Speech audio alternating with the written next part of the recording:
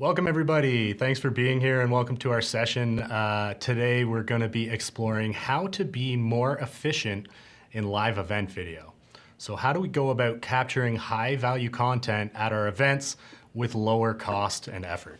And I know most of you are joining us on Crowdcast here today, so let's see who's in chat. I see Jorge, I see Jicky Fair, aloha from Hawaii. Thanks for being here. Must be early for you. We've got Tom Gartland from Massachusetts. We've got Tim from Davis, California representing. Thanks for being here, Tim. I'm sure you know one of our guests here as well today, so thanks for joining. And we do see Tim from Talent Audio Visual, who's one of our panelists. He's in Crowdcast as well. So do say hi in Crowdcast. Let us know where you're from. And if you're familiar with Crowdcast, you can feel free to use the features there. We've got chat. You can ask Q&A questions, and we're going to be running some polls throughout the session as well. So why don't we go ahead and cue our first poll, because I want to get a sense of where people are at here today. My first question for you is, what is your biggest pain point for live event video? And we have a few different options for you to select from there. Our view here at Epiphan is that event video should be streamlined and easy. And that's why we've assembled some experts today to talk about the strategies that they have for their video workflows and how they accomplish making their video as simplified and streamlined as possible. We want to be able to, why do we want this to be simplified? Well, we want to streamline our operations. We want to be able to scale maybe. And sometimes you just need to be able to get better results with less complexity. So we have a couple experts joining us here today. We've got Eric Peters from ETS AV. They're based out of Dallas, and they are, I would say, a fairly large-scale event production company. They do some pretty huge conferences like TwitchCon, GDC, and Black Hat.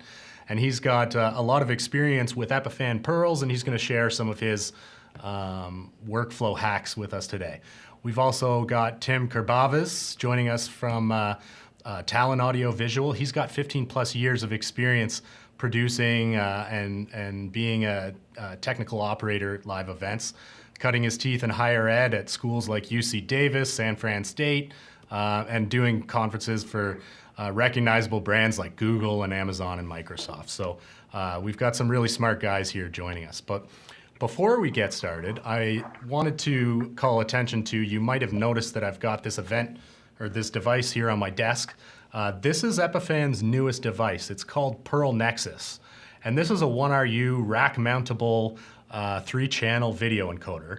And it's perfect for spaces that you want to be able to fully automate your video workflow. It's got features to support that, like presets for different types of streaming and recording scenarios. You can do scheduling. You can do automatic file transfer, and a really robust and powerful device for any space where you want to be able to simplify your video production workflow. Maybe at live events as well, if you want to throw this in a rack and bring it to an event, certainly a good piece of kit for that. The other device that we'll be talking about quite a bit today, I have right here, this is called Perl Nano. And when we talk about this, we sort of say this is the smartest edge encoder for streaming and recording. And I think as you'll see today, these Perl devices are highly scalable, especially for events where maybe you have some different breakout rooms. Maybe you've got a keynote, a main stage, and you've got some other rooms where people are going to be speaking and you need to be able to record content. Great for those purposes. So really our goal here for today is to become smarter, to become more efficient, to find ways that we can lower our cost and reduce the propensity for mistakes, to just get better results from our live event video workflows. And with that, we're gonna have a happier production team and happier clients. So that's the goal here today. So I wanna get started by introducing our first guest, and let's bring him on now. We've got Eric Peters joining us. Eric, how you doing? Hey, Dan. Excellent. How you doing, Dan? Thanks for having me. Yeah, thanks for being here. So first of all, tell us a bit about where you are and where you're joining us from and what you have going on this week.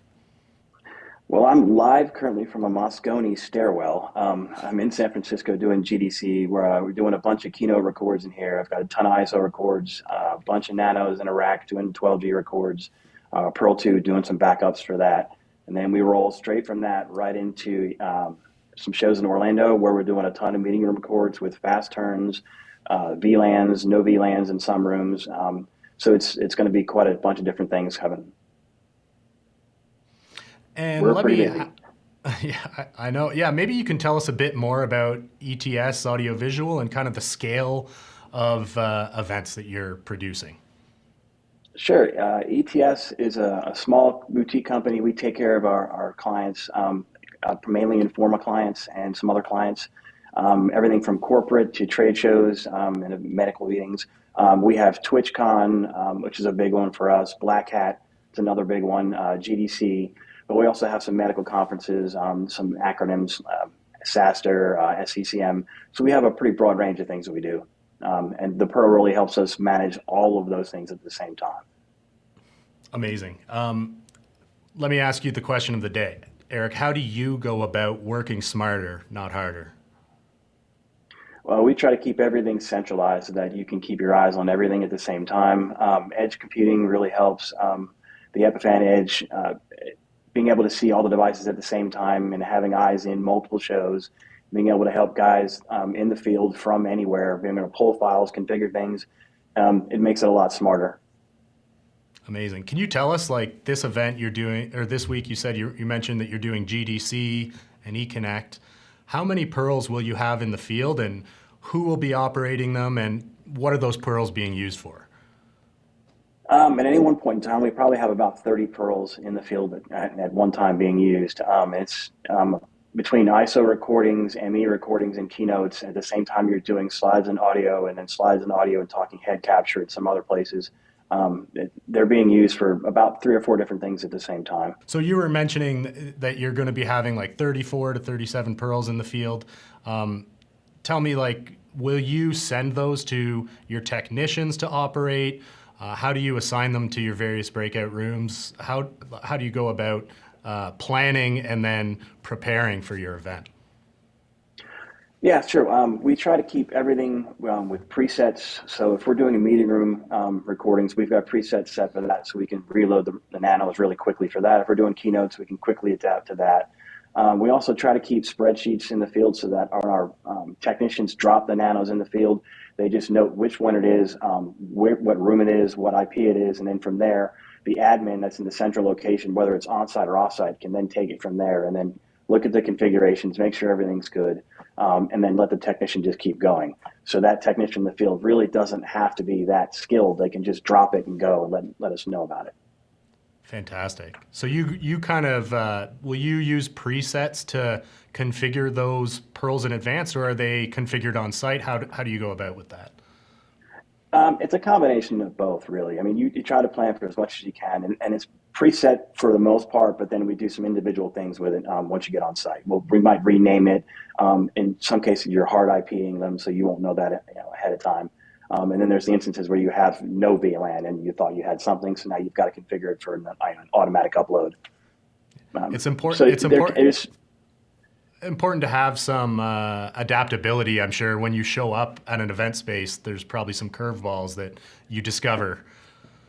Absolutely. I mean, the plan is it's going to change, right? I mean, you just have to know things are going to change. There's nothing that we do in the live event industry that is what you say it's going to be. It will always be adaptable. Something's going to change. Okay. I wanted to ask you, like, why is the efficiency of your workflow important? And you had told me before about things like, skilled access to skilled labor and some of the challenges around, being able to manage at scale. So maybe just tell me about how you see efficiency as being important. Sure.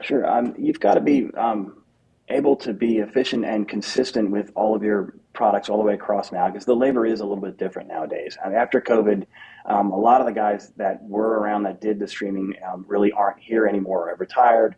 The new people that are here, some are very skilled, some really aren't. The clients everybody's trying to do a lot more with a lot less. So we have to be smarter, faster, more efficient with everything. If I can just deploy a couple of recorders in the field and then be able to manage them all remotely and not have to put money in the field for a guy that's a skilled technician in the field, that saves the client money, it saves us time, It's just that whole smarter, not harder philosophy that you're trying to perpetuate now. Because just like every other industry, everybody's trying to be squeezed right now. So how can I get more out of this box? A lot of people are like, well, this is a great little box. What else can it do? How can I get more out of this? And the more we squeeze, it just keeps coming out. So that the Perl is very adaptable for these situations. Awesome. I want to turn my attention here to Crowdcast and just maybe we can run another poll here. And our second poll is a question for all of you. How efficient is your current video workflow? I'm interested to know. I think most of us would say that there's probably always areas for improvement. If you can save 5 minutes 100 times, that starts to add up. So those little advances that you can make in your workflow can actually have an exponential impact over time. Absolutely, just little things. I mean, and some of it you won't. It really has nothing to do with technology. Maybe whether you use technology. I mean, just some little simple thing like maybe don't put the Q&A mics on the auxiliary send that you're going to your records with. So that way, when you're going to edit really, really fast and you have quick turns, you just look at the waveform and clip there. I'm done. Figure out how to work smarter, not harder. Everything is a matter of efficiency now. Awesome. Any other kind of Perl benefits that I know you've been an enthusiastic Perl user since Perl 1, and we've gone through several iterations. Maybe just tell me, like, what do you see as the big benefits of Perl in your line of work? Perls in general are the units themselves are much a smaller footprint than anything else out there, and they can do 3 or 4 things at the same time reliably. You can look at them off-site, you can look at them on-site, you can pull feeds, push feeds.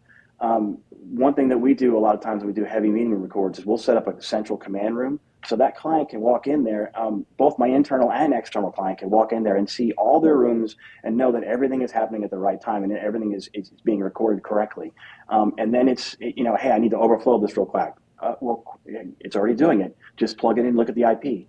The flexibility there is just so valuable. Being able to turn on a dime when things happen, and then they do a lot nowadays. So it really helps to be able to turn on a dime, not have to have quite such a technical labor force, and be able to remotely manage most of what goes on.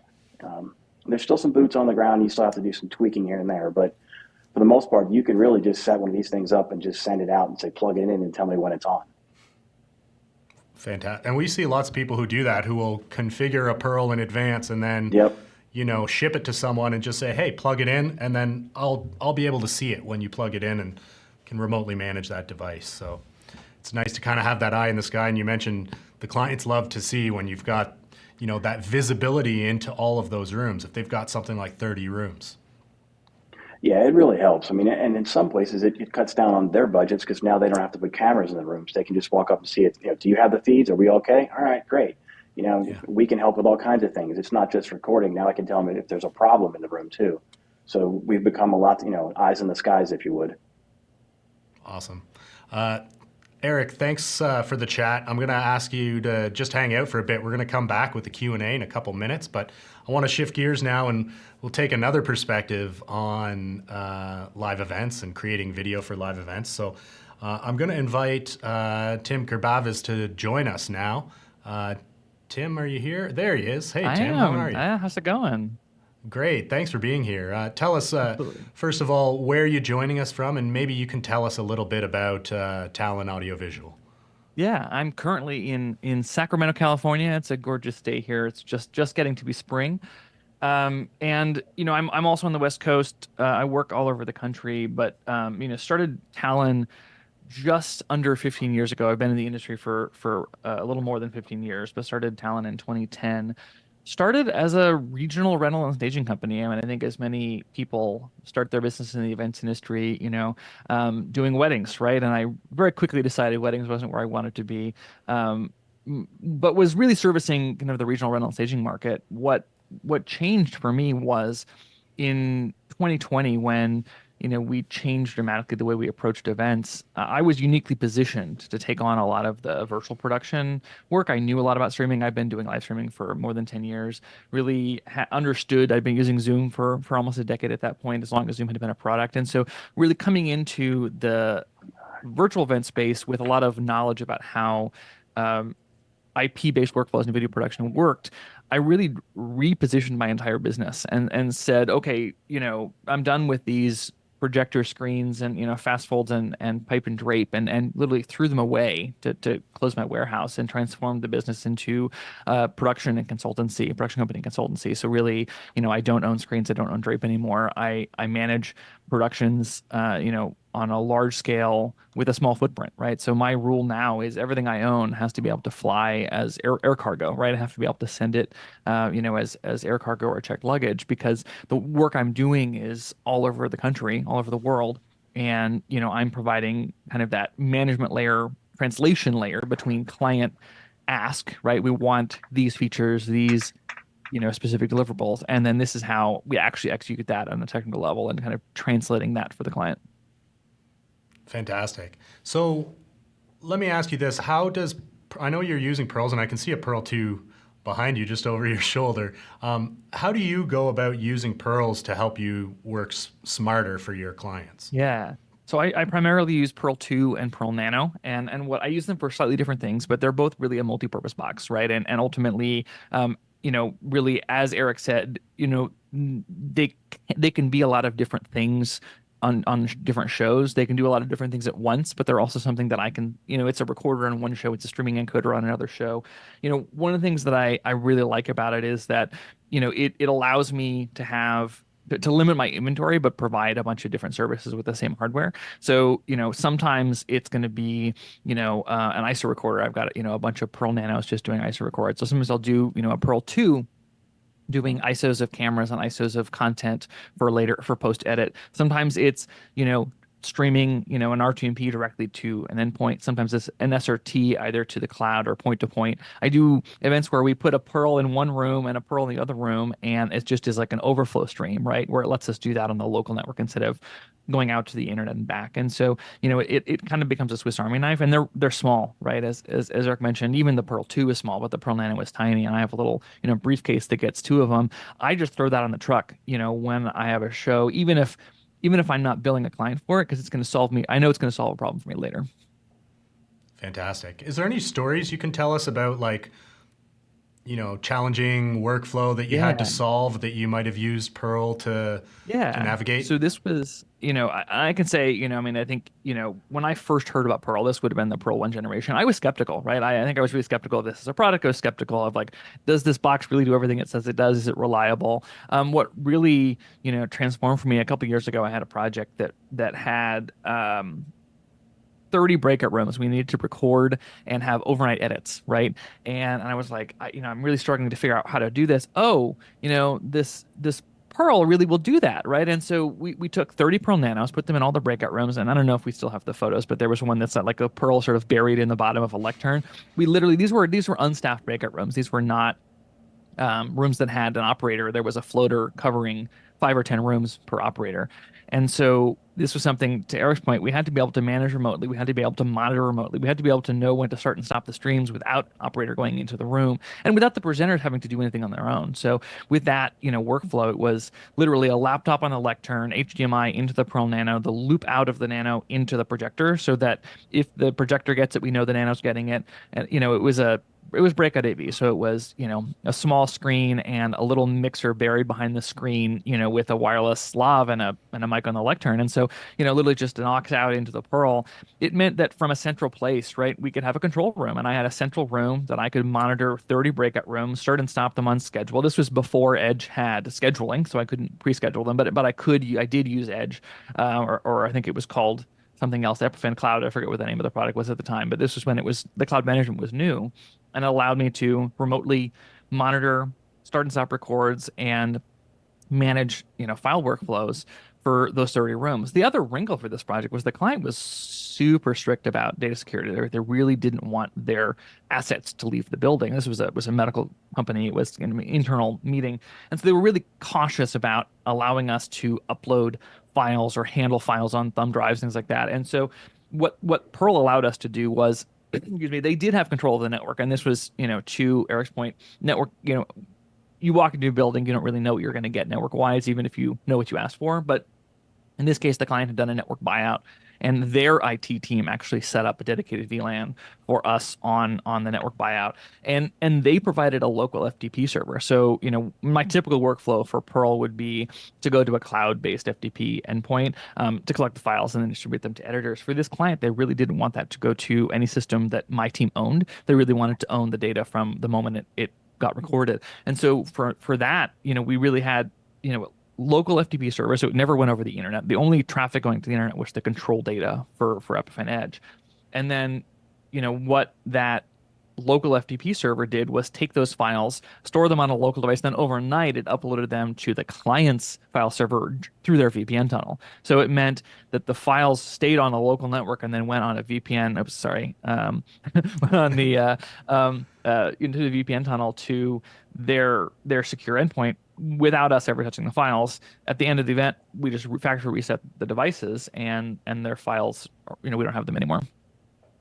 Fantastic. When you're working at a scale of 30 rooms, if you just have to walk to 5 or 10 rooms, that could take half an hour, right? So, right. To be able to automate all of that and, automatically schedule file transfers, that's huge, right? So that's super cool. I want to run another poll here while we have just a moment. We've got another question for the audience. And by the way, if you have any questions, throw them in chat. We're going to do a little Q&A session in a couple minutes, and we'll be happy to have everyone participate, and we'll answer as many questions as we can. But for the first poll question, I want to ask you all right now, what is the biggest area for improvement in your video workflow? Is it the setup? Is it the operation? Is it faster turnaround? Maybe it's scalability. So curious to ask the audience. Can it be all of the above? It could be. I don't think I have an option for that. I want to know, if you had to pick one, what would it be? But curious to ask you, Tim. What do you think makes these types of workflows more efficient? Is there any hacks that you could recommend? What would be your advice to people looking to make their video workflow more efficient? I mean, honestly, it's Edge, but it's frankly, not to talk about your competitors' products, but it's cloud management, right? It's remote management of products across the ecosystem. And I think, there really are an increasing number of products, whether that's encoders or recorders or other kinds of systems, even, lighting systems, right? They can be managed over the network. And so I think, looking at, ways that both on site, we can have a team down the hall managing things instead of running from room to room, but also where we can have offsite teams, right? Where we can have teams, offsite editors, we can have offsite, record managers, we can have, teams that don't have to fly into the project to, support the event, that can be helping remotely. And it also allows, frankly, me, right, both Edge, but also other cloud-based tools, cloud network management, allows me to manage events from other events, right? I can be in two places at once because I can have an event that I'm physically present at and an event that I'm supporting remotely, and both give them the care that they need. I can split my attention, without, failing to support the event because I can have that remote ability, right? So I can save the client cost and still provide, the level of support while supporting multiple things at once. Amazing. Okay. Just curious. I had one other question for you here. I'm just curious about any other benefits that about these type of remote workflows that might sort of fit your business model. Because I know you have positioned yourself as the consultant, as sort of the, the expert in the room who can help solve in many cases, very challenging problems. And you have a number of Perls in your kit, but I know that you're pretty judicious about what components are a part of your kit. You're trying to keep your footprint smaller. So I'm just wondering about your business model and what your philosophy is around that. The other big investment I've made has been in networking. I'm heavily invested in peplink bonded cellular, and that goes hand in hand with things like encoding and recording, where I'm using bonded cellular and the remote management of those systems as a way to allow me access to, the on-prem systems. So it really, I think, building my rule also, in addition to things that have to be able to fly on an airplane, is that remote management is key for me in looking at products that I'm looking to evaluate to buy, or to recommend to clients, right? Because something that, if I recommend it to a client, they're going to ask me for support, and so my ability to go in and remotely support them, again, to be in two places at once, to, work from home, I think, one of the things, if there's ways that I mean, I love traveling, but if there's ways that I can avoid traveling, or that I can be here, in my own home, and still providing a high level of support to clients, that's really powerful, particularly when it comes to last minute things, right? A lot of the questions I get are like, hey, we have a thing tomorrow and we're stuck, right? And so sometimes it even is like faster than overnight shipping that they need help, right? So some of it is, hey, I can throw this on a plane and get it to you, it'll be at the airport in 2 hours. Sometimes it's like, what do you have? How can I provide that level of support to you to get them off the ground, while things are still in transit, or while I'm getting on a plane? Fantastic. That's great. I want to take a look at Crowdcast again because we've got some of the answers from the polls coming in. And the last question we asked was, what is the biggest area for improvement in your video workflow? And with 14 votes, about 60% of the votes we've got coming in is simplified setup is what people are looking for. So with that, why don't we bring Eric back, and let's open up the panel for some Q&A here. I do have another poll question that we can run, but actually maybe we'll save the last poll question for a moment. But I'll start by asking you guys this. We're in 2024 year, we're early in the year. What do you guys see as the trends that clients are asking for this year? Maybe Eric, we start with you. Sure. Our clients are looking for quick delivery. They want these recordings as fast as you can get them, if not simulcast straight out to them, as quick as you can get the recordings, so they can put it on whatever social media they have going on. I think that's our primary push this year. How about you, Tim? I'm seeing budgets being slashed, right? Ultimately, particularly compared to like 2022, we had a flush with cash in 2022 in terms of budgets that rolled over from year to year. Last year and this year, clients are saying, what can we do? How can we do more with less? The other thing that we're seeing, I'm seeing some of these questions in the chat as well. Accessibility is a big question that comes up a lot, right? How do we support live captioning? How do we support live translation or live dubbing in some cases? How do we support a global audience? Most of my clients are streaming not just to US audiences, but to audiences all over the world. Literally, we're building the schedules around what time works for audiences in Europe and Asia and the Middle East and Africa, and we're literally replaying and redoing live sessions, or live intros for recorded sessions for a global audience, where we're broadcasting 24/7 to hit audiences all over the world. And so I think, as we look at, what are the needs of our global audience with in terms of schedule, making it work for their time, how do we work, working in multi-language, or even just having captions for someone who might not speak English as a native language, really thinking about what are the needs of a global audience. Yeah, super. Yeah, that totally makes sense. Let's go ahead and run because this kind of dovetails nicely into our last poll question. So let's ask the audience here. What trend do you think will be most impactful in 2024? And we've got a couple options for you. One that you mentioned there, Tim, which is reducing cost. Eric, you had mentioned sort of availability of skilled labor. I threw a curveball in there, but yep. AI for video, that's, the AI buzzword is not going anywhere right now. And then also like just general demand for in-person events. I'm curious what everyone sees as the most impactful trend for this year. Maybe it's something else, and let us know in chat. I do want to fire through a couple questions. I do have a question here for Eric that's got some upvotes. For Eric, what limitations are finding of the different Perls that you deploy for clients? What are the limitations of the Perls? Well, the Nano, to start with, is just one channel, so you got to stay inside of that box. don't try to do too many things at once with it. Would be my first suggestion. But the limitations. So the Nano is one channel. You get one SRT in or out with that one. The Perl 2 is six. Correct me if I'm wrong. I believe it's six SRTs in and out. You really want to stay under basically your happy number with a Perl 2 is seven things. Don't do any more than seven things at once. Six inputs and then perhaps a composite on top of it. And that will keep you inside of the engine nice and happy there and give you all your 60 records. Well, I don't know. Other than that, yeah, it's pretty easy. Just stay in its lane. Don't go too crazy with it. Don't do too many things at once. Yeah.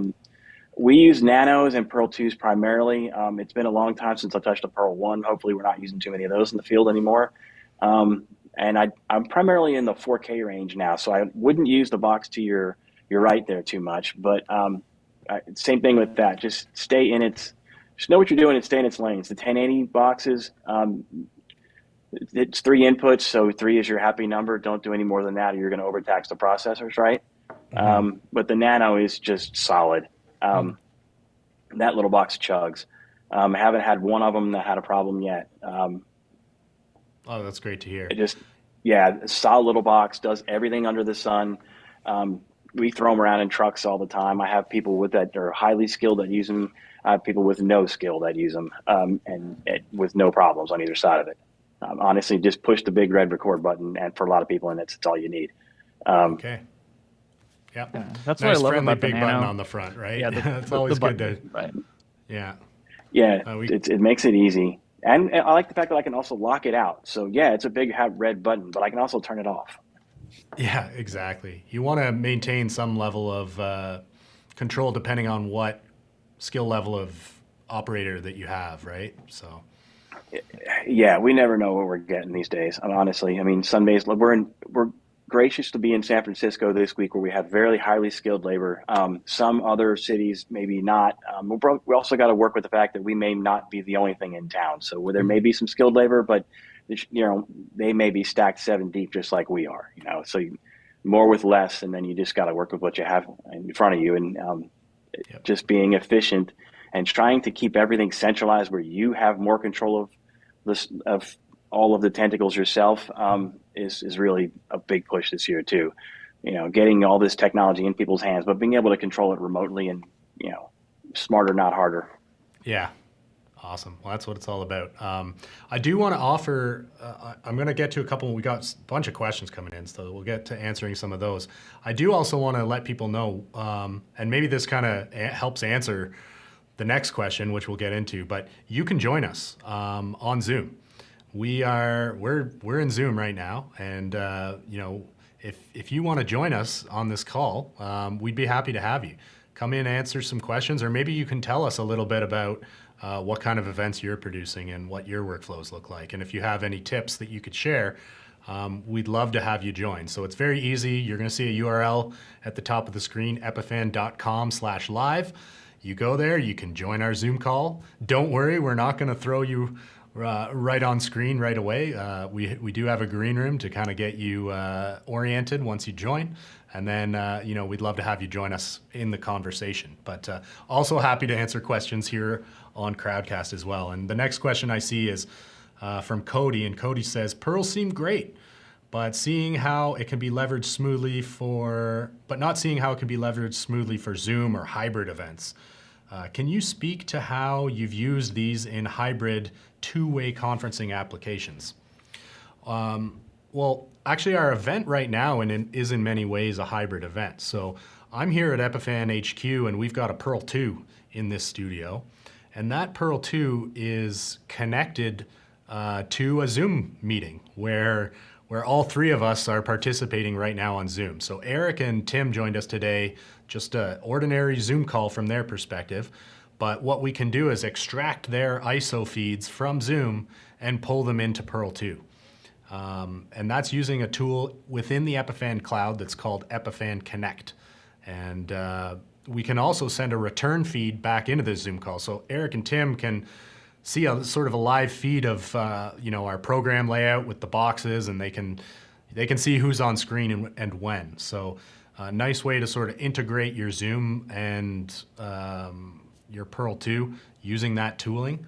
You can also do the same thing with Microsoft Teams.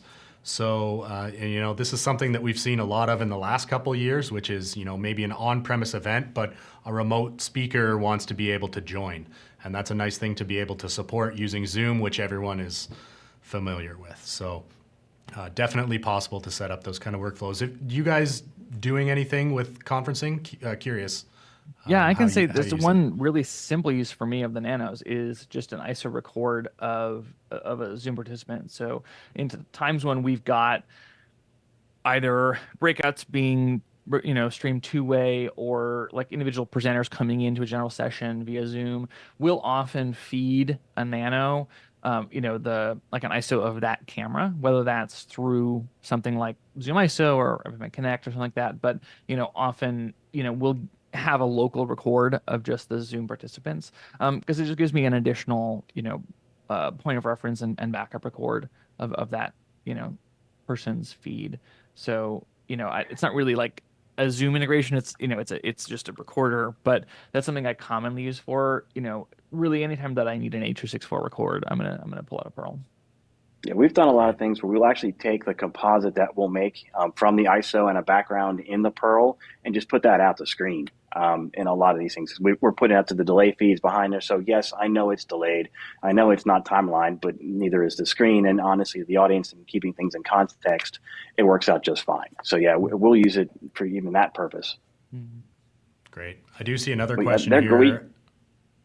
Oh, I pardon was me. gonna say they're great for all kinds of things. And your is it the Connect? I forget. We keep changing the name, but it's the Teams and the Zoom integration. We've used that several times where we have clients that some are Teams and some are Zoom, and it's a great landing place to do that. So for virtual productions, it makes a heck of a lot of sense. I wish it would have been there about 2 years ago. Yeah. Well, happy that came about, and I think that was sort of that workflow was definitely born of remote times when people needed to be able to accomplish a lot of hybrid and remote events. And, it's crucial to have that connection with conferencing software. So people kind of take it for granted now, but it's powerful. It's a powerful capability to be able to create that easy portal to bring people into an event.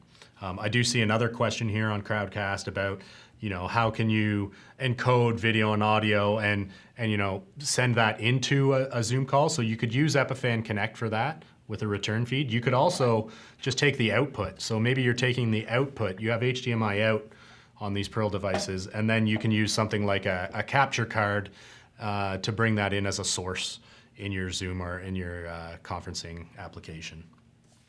Now I'll just fire through a couple quick questions here. Someone is asking about MP3 recording. We don't have it right now, but that's a really good idea. Maybe that's something to add to Epiphan's roadmap. Or you could just hit save as. Yeah, totally. Convert that. Honestly, just open in any software and hit save as MP3 and move on with your life. I will plug there was a comment in the chat, not the Q&A, about support for captioning VANC data 608, 708, and I will say that is a current limitation Perl doesn't support, but I'm going to put in my plug that I want to see that the next product. And if they have transparency with it, it kind of supports it already. If you could add it as a web layer. Yeah, I'm talking about closed caption data, so that the process, VANC data, Yeah, gotcha. Yeah, that's something that we hear about a lot is, the need for captioning, the need for, multi-language support. And this is something that I know Epiphan is looking very closely at right now. And we do have a roadmap for some of these features coming in the future. So, stay tuned. And if you do have feature requests, we love to hear them because we're always updating the firmware and adding features to these devices. So if there's something that you think you need, and Eric, you've been great, and Tim at giving us some of that feedback, and it's really informed the development of these devices. So we do appreciate that. Another question here from Ryan: what's a use case to use these encoders that one might not expect, but it's useful in the field? Unexpected use case. Well, you mentioned, Tim, just being able to grab an ISO from something like a Zoom call. And the overflow, I think is like point overflow. Green room feeds. We use custom green room feeds all the time with a Perl 2, just layouts and things like that. Yeah, we've used them as switchers. We've offline switchers for We've gone live to tape, or edit live to tape, if you would. Yeah. There's all kinds of weird uses you can use for them. A common use case for me is a Perl 2 recording, getting a camera, a single camera and a single content feed for like a breakout style event where I'll record 3 channels, full frame camera, full frame content, and then a burned in picture in picture, which means then I can hand that off to an editor or have it auto upload, to an editor, and overnight, it'll take them, 10 minutes to record a set to edit a session because they just drop all 3 clips on the timeline, start on camera, go into pip, end on camera. But if there's an issue, they can cut into the ISOs. And so it really makes those fast turnaround edits really easy. Even if I'm not switching live on the Perl, where it's kind of just set and forget, hit record, it makes those quick turn edits really simple. Awesome. I'll just add one that I've seen recently is, and again, on the idea of turning the edit around very quickly, we have some users who maybe they're doing live stream content, like podcast formats content, and they'll be recording. But in Perl, you can, there's a button in the recording option that's called reset. And what reset will do is it will, without dropping any frames, it'll just start a new file for the recording to continue the recording without, by ending one file and starting a new one. And what they're able to do with that is, the editor can start downloading clips from the stream before the live stream has even finished. So, maybe they hear someone say something that would make a great clip. They just hit the reset button. Now they're downloading that file and they know that it's, right at the end of that clip, there's a clip-worthy piece of content. So that's an interesting one that we encountered recently. Another question here. Well, I'll just quickly bang off a couple more questions from Ryan. He's asking about, how often are you guys working in 4K? And then also, are you using H.264 or H.265? And curious for both, and maybe both of those go hand in hand. But Eric, are you in 4K I'll workflows? take that. Yeah. We're in 4K workflows with probably 10% of our clients, honestly. The chain is just expensive to keep all the way through. So now we're primarily 1080 in the world. We have a couple clients, our big ones, which are 12G, and we stay there with that. But by and large, it's 1080. I would say the same. I'm primarily 1080. Yeah. 1080 as well. Okay. I mean, more efficient. Yeah. Where I see 4K more is like doing camera ISOs in 4K, right? Where, we might reuse that or punch in later, but almost always, a 3G workflow, right? The 12G, even the 6G infrastructure is more expensive, and a lot of, I'm combining with a lot of systems that aren't necessarily going to support it anyway. So, I would say the majority of and the majority of my content is going to web, right? And ultimately streaming in 4K, I don't see a lot of benefit to that. Yeah. Most audience members are going to watch it in 720 anyway. So I don't really see a tremendous benefit. And there's a lot of complexity and cost that comes with broadcasting in 4K. But I think there's a lot of benefit to recording in 4K particularly when it comes to things like ISOs, where you're going to reuse that content later. Yeah, and we do that a lot too. We'll record in 4K and you just don't broadcast in 4K. It's just, a lot of times it's cost prohibitive. It's what you can keep the 4K chain almost all the way through until you're going to hit some point where it's just too expensive to proceed anymore. And a lot of times it's just before the streaming. So yeah, it's just too much. And then we use H.264.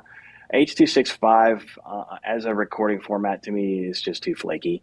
H.264 is solid. We've been using it. I really don't. If I need it higher quality, I'll use a different device, honestly, or a different method. But H.265 for me just has not been reliable enough in the chain workflow wise to be worth the headache, honestly. Where I will use the H.265 is those point-to-point records or point-to-point streams where I need to limit the bandwidth, where I want, a higher quality stream for a green room feed, for an overflow to another room, right? Overflow of the GS to all the breakouts. That's the kind of thing where I control both ends, right? Yeah. I'm going to think about an H.265 where I want to limit the bandwidth, but I own both ends. But going out to the world, there's so many issues you're going to run into for an H.265, even an SRT to an endpoint, unless you really know it's going to work with that endpoint, it can be risky. Yeah, it's just a Okay. headache we really just don't have time for most of the time. Right. And the Okay. bandwidth isn't that expensive, right? Yeah, Sometimes you're it not is, gaining but much. yeah. Which also, this segues nicely to another question we have here from Wim.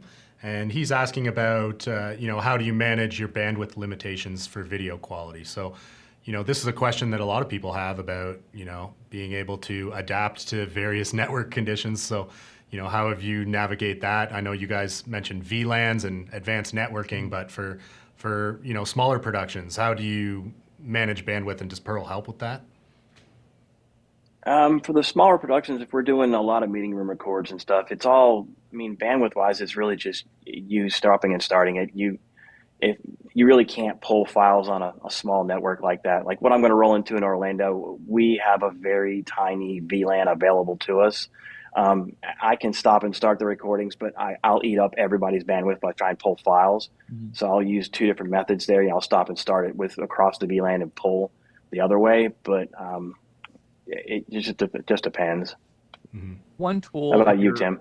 yeah, I would say for if you're not streaming, obviously for streaming, kind of some extent it becomes squashing the stream, right? Just setting the bit rate lower until it fits in your network. What I've definitely done is like if you have a Perl 2 and you can have multiple channels, you can have a streaming channel that's your squash lower bit rate to get out the door, and then a higher bit rate record, and then schedule those uploads to happen overnight. So, I've run into situations where a single upload could take down my whole streaming network, but I'll schedule the uploads to go, at 7 o'clock at night or whatever when I know there's no one in the building. I can then remotely watch that from my hotel room and make sure that the records, get up. But I'm not then eating up all the streaming bandwidth during the live sessions when I've got, 4 to 30 rooms all going at once.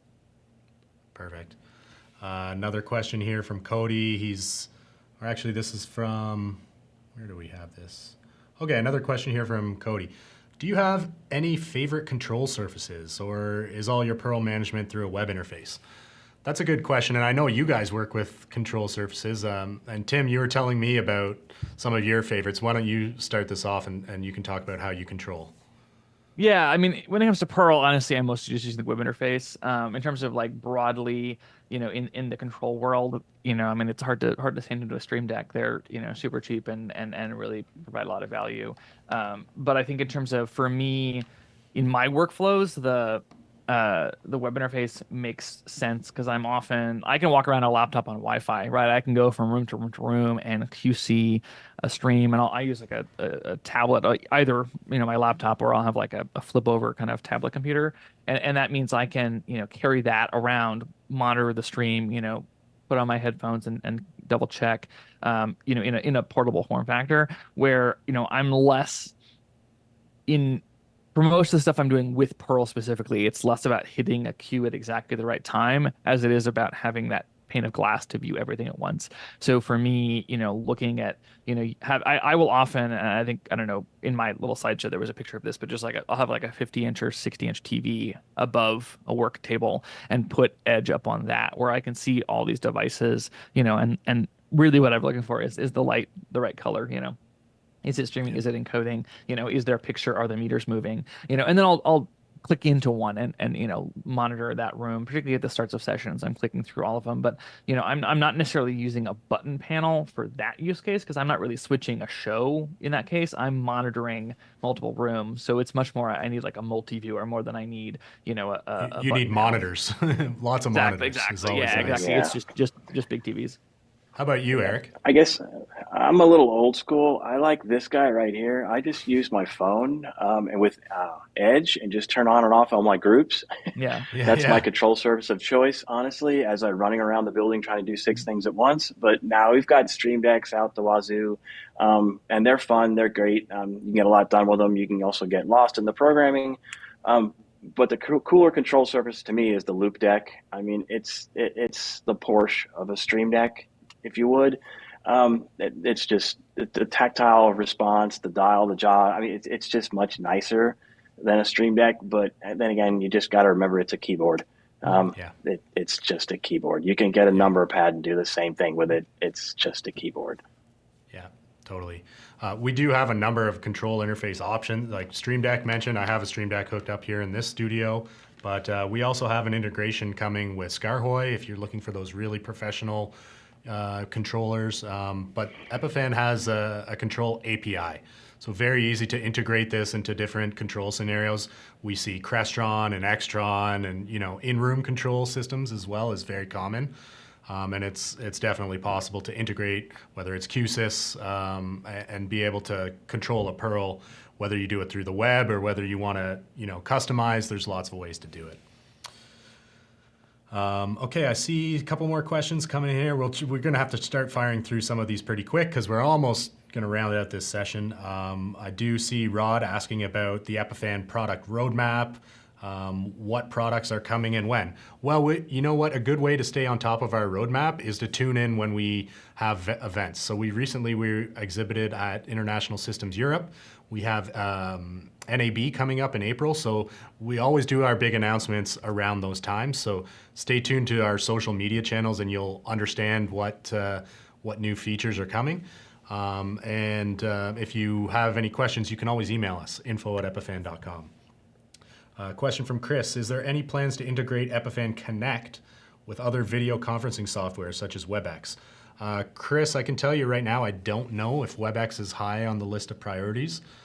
Zoom and Teams we see as being sort of the big drivers for conferencing. I wouldn't rule it out, but I'm not sure it's a very high priority right now. But curious, if you think it should be, let us know why, and we'd be happy to look into it more.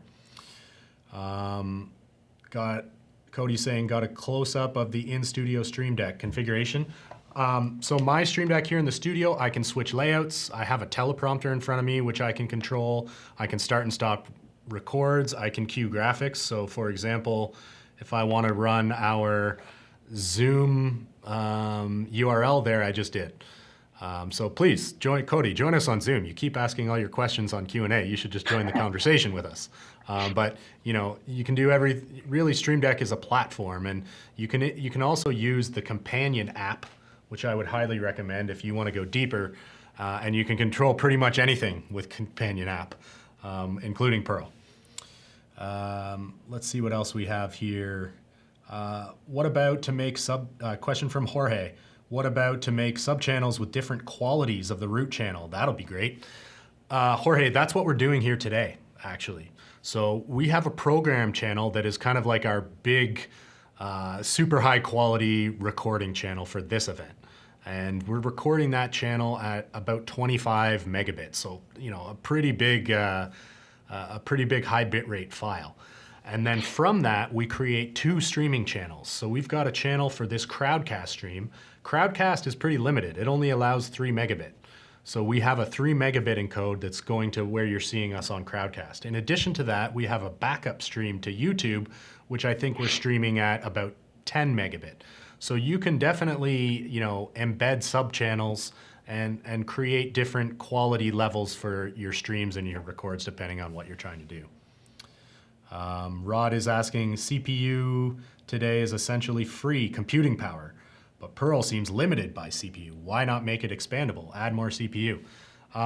Rod, we have a product roadmap. What I can tell you is that in our product roadmap, we do have more to come, newer, bigger chips that can do even more. We also have a cloud-based Perl system, kind of like a Perl. It's called Epiphan Unify. So if you want to run a Perl in the cloud on cloud infrastructure, which is almost infinitely scalable, you can do that. So if you want to learn more, you can check out our website. I'm just going to scan through. We still have a few more questions here. I see some more from Rod.